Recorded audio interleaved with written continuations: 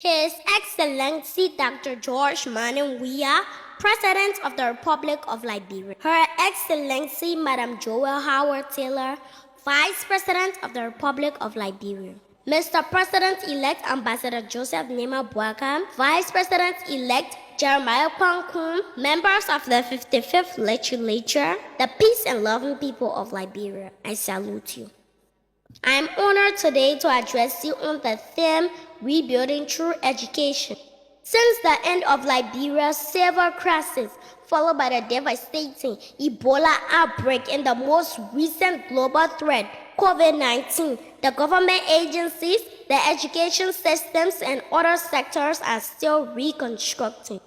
Taking the overwhelming rate of global development into account, Liberia, along with its literacy rate, is staggeringly behind the rest of the world, including many African nations. This fact isn't without irony, as Liberia is the oldest African republic and the first African nation to begin educating her citizens. Liberia has a great number of young people. Children under the age of 15 make up 42% of its population, while 63 is under 25, UNICEF report. This gives the country a great task at hand. Since the E that is in the middle of the policy statement, arrest, created by the president-elect, stands for education. The incoming government needs to take a critical look at this sector. Placing emphasis on this system means paying attention to the growth and development of the young people, including children.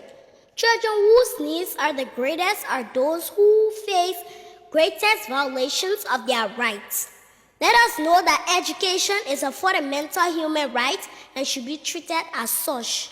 Yet most of Liberia's children, adolescents, and youth are trapped in a cycle of violence, poverty, deprivation, experience violence, struggle to get educated. Over 30,000 children within Monrovia alone are out of school, selling on the streets during school hours.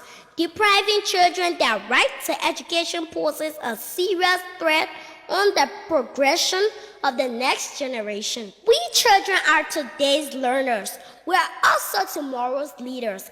Therefore, there should be a creation of opportunities and environment where children can grow, thrive, and reach their fullest potential. Actions are stronger than just saying a word. What we say without taking actions or putting into practice may not change anything. But what we say, plan, and put into actions has great impact on the growth and success of our country. The government of Liberia needs to double efforts and enforce existing education policies, plans, and strategies, collect real-time data to improve education programming, and provide educational support to the young people, especially the most disadvantaged children. This endeavor should, however, be a collective effort involving every Liberian to understand that everyone is charged with the responsibility to make Liberia better.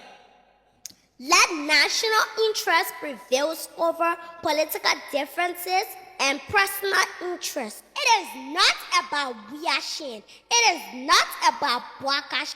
It is not about sedition. It is not about European. It is about Liberians. It is about Liberia. Remember, it is not to the separation of political parties. It is to the uniqueness of us that makes us all one. Together, when we push the agenda of education, a better Liberia is possible.